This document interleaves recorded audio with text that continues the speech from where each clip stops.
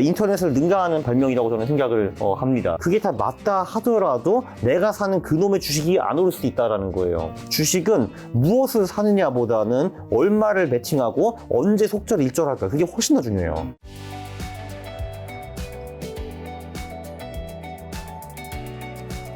자, 또 최근에 이제 주식 투자 강한국이 묻고 GPT가 답하다 이제 야, 이건 뭐 인간과 AI가 함께 쓴 투자책인가요? 뭐 제가 샀죠. 제가 질문 다 했는데 얘가 답변만 한 거예요. 어쨌든 네. 이 챗GPT가 그만큼 관심이 많으셨을 텐데 그러면 네.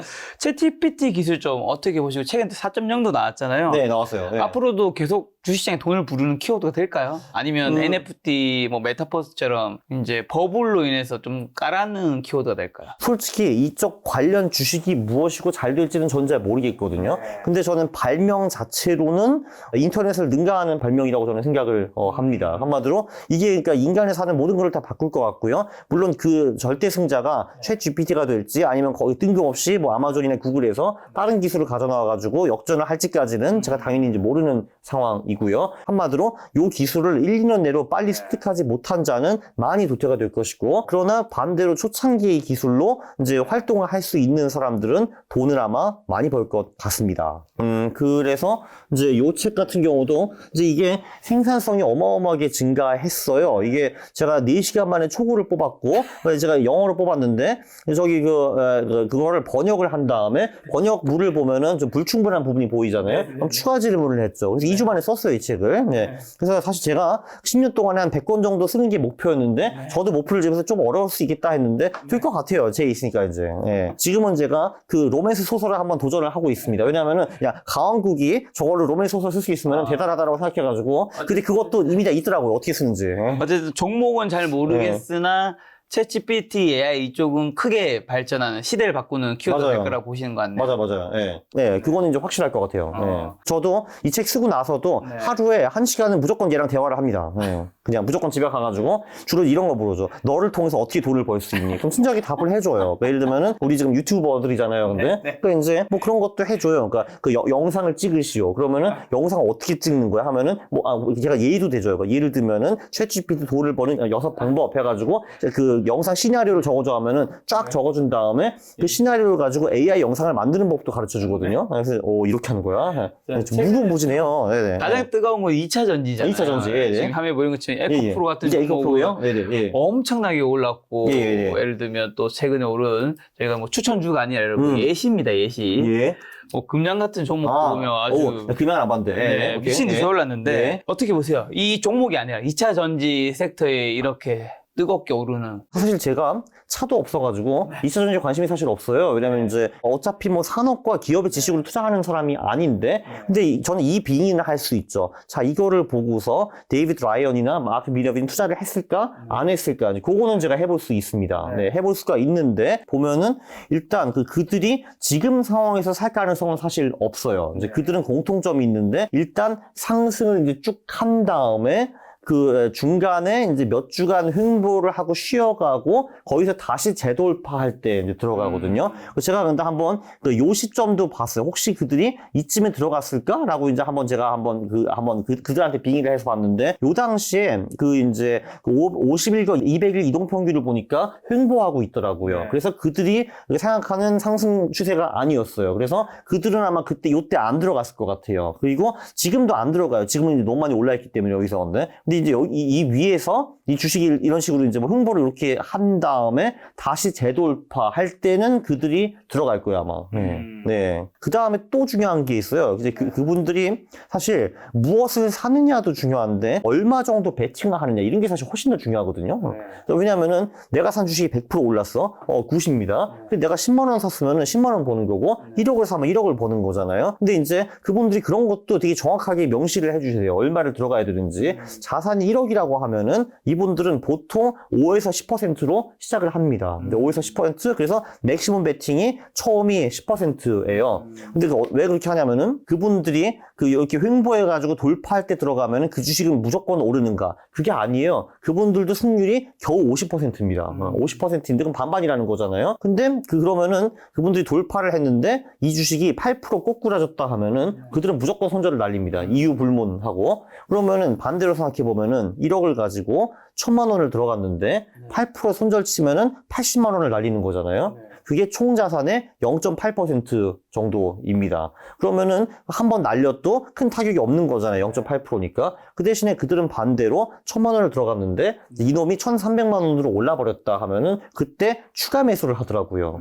추가 매수를 500에서 700만 원 정도 하더라고요. 그럼 이제 내 돈 2,000이 들어가 있잖아요. 그럼 그게 또 추가 상승하면은 뭐 내 총 자산의 맥시멈 25%까지는 내가 봐준다. 이런 식으로 투자를 하더라고요. 네, 그래서 그들이 처음에 들어갈 때는 5에서 10%로 작게 들어가고 오르면은 추가 매수를 하고 내리면 무조건 손절. 이제 요게 사실 우리가 지금 배워야 되는 핵심 포인트인 것 같아요. 네. 네. 왜냐면 이게 위험한 게 2차 전지가 진짜 오를지 안 오를지 솔직히 모르겠어요. 근데 그리고 이제 10년 후에 정말 그 이제 10배로 규모가 켜질지 그것도 전 모르겠어요. 저는 아는 게 없기 때문에. 근데 이제 확실한 거는 그게 다 맞다 하더라도 내가 사는 그놈의 주식이 안 오를 수 있다라는 거예요. 예를 들면 우리가 그 1998년, 99년, 2000년 이때 IT 버블이 있었는데 그때도 이제 그 우리가 좀 늦게 들어갔다고 하면은 분명히 인터넷이 그 후 20년 동안 세상을 완전히 바꿔놨는데도 불구하고 그 2000년에 들어가서 돈 번 사람 아무도 없어요. 왜냐면은 심지어 마이크로소프트를 들어갔다 하더라도 15년을 횡보를 했습니다. 마이크로소프트로 그때. 아마존도 마찬가지고요. 15년, 20년 횡보를 한 다음에 본전치기가 된 거거든요. 그래서 사실 주식은 무엇을 사느냐보다는 얼마를 매칭하고 언제 속절 일절할까 그게 훨씬 더 중요해요. 네. 근데 한마디로 2차 전지와 AI주가 일단 지금 당장 핫하기 때문에 그거는 계속 보는 거는 저는 나쁘지 않다고 봅니다. 그러나 그들은 확실히 지금은 들어가지 않을 거고 흉보를 이제 어느 정도 한 다음에 다시 재도입할 때 들어갈 겁니다. 네. 급등주가 위험한 이유를 혹시 컨트나 뭐 과거 사례를 좀 보여줄 수 있는 게 있나요? 그러니까 예를 들면은 사실 요 주식 같은 경우도 이제 제가 보기에는 그들이 말하는 클라이밍 스톱, 그러니까 한마디로 그러니까 이게 주식이라는 게 상승할 때 처음에 이제 완만하게 오르다가 그 후에 미친 듯이 훅 오르다가 다시 꺼지는 경우가 되게 많거든요. 이걸 이제 클라이밍 스톱이라고 하는데 그분들도 경험 말씀하셨어요. 이제 그 자기는 이제 2배 이미 오른 주식 사는 거 되게 좋아한다. 그 2배 오르다가 이제 어느 정도 횡보를 한 다음에 재도입할 때 들어가는 건 좋아한다라고 하시는데 그럼 얘도 이제 재도입한 후에 좀 오르다가 나중에 막 3주 내로 막 30, 40% 확 오르는 경우가 있대요. 그때는 그 청산을 하는 경우가 많다고 하더라고요. 왜냐면 그게 한마디로 이제 마지막 이제 불꽃이라고 이제 볼 수가 있는 거죠. 그건 좀 위험하죠, 아무래도. 네. 자, 그러면 이제 작가님은 만약에 종잣돈 5천만 원 있다면 네. 어디에 좀 어떻게 좀 투자하면 좋을까요? 올해 지금. 일단 뭐 저는 당장 일단 그 3월 말에 그 이제 소형 성장주에 들어가겠죠. 소형 성장주에. 여기서 소형 성장주라는 거는 4분기 실적이 전년 4분기 실적보다 이제 많이 좋아진 거. 그 실적은 무엇이냐? 매출 총이익, 영업이익, 순이익 뭐 이런 게 있죠. 네. 그거 3주 들어갔다가 돈을 많이 뺀 다음에 6개월 동안에는 짤짤이만 할 겁니다. 네. 기다렸다가 좀 싸져 있으면 그 자산을 다시. 아니요. 그 5월, 10월에는 적극적인 투자는 없습니다, 저는. 아니, 이제 그러니까 11월 되면. 그죠. 예. 지옥이 끝나고 다시 천국이 시작되는. 그죠. 11월이 되면은 성장주, 가치주 이런 걸로 또 썰어 담겠죠, 또. 네.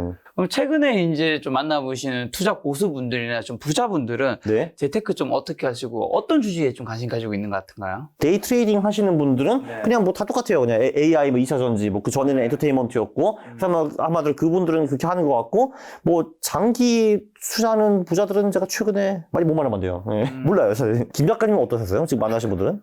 내가 물어보고 있네. 최근에는 뭐 채권에 관심 가지라는 분들 좀 생각보다 많아졌죠. 어떤 거? 채권. 금 얘기하시는 분도 좀 요즘 계시는 것 같고. 네네네. 부동산 얘기하시는 분 요즘 잘 없고. 잘 없죠. 네네. 네. 부동산은 제가 2010년에 사가지고 14년에 판 사람입니다. 아마 저보다 더 바보같이 투자한 사람도 아마 이 대한민국에 거의 없을 거거든요. 제가 바보라는 걸 깨닫고 이제 공부를 좀 더 열심히 했는데 제 공부 결과는 그거였어요. 이제 부동산 같은 경우는 KB 부동산 시세로 저점을 찍은 다음에 그 1년 전 대비 지수가 올랐다는 걸 확인하고 그때 들어가도 전혀 늦지 않더라고요. 네. 보니까 대한민국은 상승장에 올 때도 처음엔 되게 완만하게 갔다가 주식이랑 똑같네. 그러니까 처음엔 되게 완만하게 상승하다가 나중에 이렇게 쭉 이제 가는 경우가 많더라고요. 우리 그거 경험했잖아요. 이제 20년, 21년에 쫙 올라간 거. 네, 그래서 이번에도 크게 다를 거라고 저는 생각을 안 하고 있고 그냥 이제 실제로 지수가 반등하고 1년 전 대비 올랐다. 전 그때 이제 매수를 할 것 같아요, 부동산을. 저도 뼈 아픈 경험이 있습니다, 이렇게 여러분. 네. 주식 같은 경우 요즘에는 이제 뭐 다음 주도주로는 뭐 바이오라든가 네. 뭐 자율주행 우주항공 쪽 얘기하신 분들 간혹 있더라고요. 아, 그게 이제 재밌는 게 뭐냐면은 주도주는 예측하는 게 아니라 실제로 오른 후에 들어가도 늦지 않아요. 예. 그게 이제 저는 중요한 것 같아요. 예. 그 예측하면서 사람들이 천문학적인 돈을 잃는 것 같아요. 예. 그러니까 이제 그 데이비드 라이언 그분이 또 누구냐 하면은 이제 저는 예측하는 사람을 안 믿거든요. 근데 이분은 22년, 23년 놀랍게 다 맞췄어요, 트위터에서. 그러니까 전 세계 최고 리딩방이거든요, 데이비드 라이언이. 근데 이분도 자기는 이미 2배 오른 주식 사는 거 되게 좋아한다라고 했어요. 이제 플러스 거기 어닝도 이제 많이 성장하고 있고 그러면은 자기는 이제 산다라고 했거든요. 그래서 그냥 그런 주도주가 벌써 2배 올라는 너무 많이 올랐다 할 필요가 없어요. 왜냐면 실제로 박스피 뭐 이런 자에도 10배, 50배, 100배 오르는 친구들이 나오거든요. 그래서 그런 애를 2배 오르는 거 사도 별로 늦지 않아요, 기본적으로. 네. 그러니까 오른 후에 봐도 돼요, 주도주들은. 네. 올해 같은 상황에서 좀 수많은 자산 중에서 어떤 자산이 좀 수익률이 좀 높을 수 있을까요? 글쎄, 저는 사실 코인도 좀 봐야 된다고 생각해요. 이제 그 코인 같은 경우도 되게 모멘텀 그 플레이가 가능해가지고. 제가 만든 전략 중에서는 그냥 추세 저점 대비 2배 올랐을 때 매수라는 전략이 있어요. 지금 추세 저점이 제가 알기로는 최근에 2,100만 원인가 뭐 그런 절이거든요. 그래서 저는 이제 4,200대면은 이제 굉장히 관심을 가질 겁니다. 네. 그러면 이제 얼추 상승 추세가 이 컨펌이 됐다라고 보고요. 네, 네. 작가님은 코인 투자를 나쁘게 별로 보시지 않는 편인가 봐요. 코인 투자 좋게 보죠. 돈 버는 거 다 좋게 봅니다. 돈 벌 수 있는 거 다 좋게 보죠. 그래서 저는 사실 이게 절대로 투자자가 그 한 그 자산에 매몰되어 있으면 안 돼요. 왜냐면 세상엔 돈 벌 수 있는 기회가 너무너무 많기 때문에 다 그냥 알아야 됩니다. 제가 보기에는. 뭐 저도 해볼 거 다 해봤어요. 조금 전에 부동산 실패라는 말씀드렸지. 경매도 했지. 주식도 했지. 코인도 했지. 상장 투자했지. 비상장 투자했지. 제 사업도 좀 하나 하고 있고요. 그래서 그냥 돈 드는 거 다 합니다. 저는. 네. 참고로 그게 제일 재밌어요, 저는. 네. 자, 그러면 지금 주식 투자하면서 가장 경계할 행동이랑 시청자분들에게 마지막 투자 조언 한마디만 주신다면? 어차피 저 알아요, 여러분. 여러분 중에서 콘텐츠 투자하는 사람 0.3%밖에 안 된다는 거. 네. 그래서 나머지 99.7%에 대해서 얘기를 해드리면은 손절을 잘하세요. 고수들한테 당신들한테 비결을 묻잖아요. 근데 첫 번째 룰 손절을 잘하라. 두 번째 룰 손절을 잘하라. 세 번째 룰 손절을 잘하라. 이 세 개 룰을 철저하게 지키면은 당신은 살아남을 수 있는 가능성이 있다라고 하더라고요. SA 고타. 네. 그럼 손절을 어떻게 하면 잘할 수 있는지만 좀 마지막 알려주신다면? 그냥 하면 됩니다. 네. 이게 그 태어나서 한 번도 손절을 안 한 사람이 있거든요. 근데 이 모든 게 다 그렇듯이 처음 한 번이 어려운데 두 번째부터는 훨씬 쉽습니다. 그래서 당장 지금 들어가셔가지고 한 마이너스 30% 이상 떨어진 그 놈들 있잖아요. 근데 걔네들 일단 눈 딱 감고 한번 다 정리를 해보세요. 그러면은 일단 마음이 얼마나 편안해지는지를 느끼실 거고, 그리고 이제 분명히 그 미래에도 그런 비슷한 사례가 있을 텐데 그때 마우스 버튼이 나가는 것이 훨씬 더 편해요. 그냥 한 번만 해봐요, 믿고 그냥. 안 하실 거죠. 근데 해봐. 네. 여기서 당신의 인생이 갈립니다. 지금 당장 가서 손절을 누르시면은 당신의 인생이 갈립니다. 네. 알겠습니다. 오늘 작가님 모시고 여러 이야기 들었는데 가장 기억에 남는 건 손절. 우리 계좌에 아직 아마 파란색이 많을 텐데 적당한 손절은 필요하지 않을까라는 생각이 들었습니다. 네. 오늘 만난 손님은 강구 작가님이었습니다. 지금까지 여러분 소중한 시간 함께 해주셔서 정말 감사합니다. 오늘도 김 작가였습니다. 고생 많으셨습니다. 감사합니다.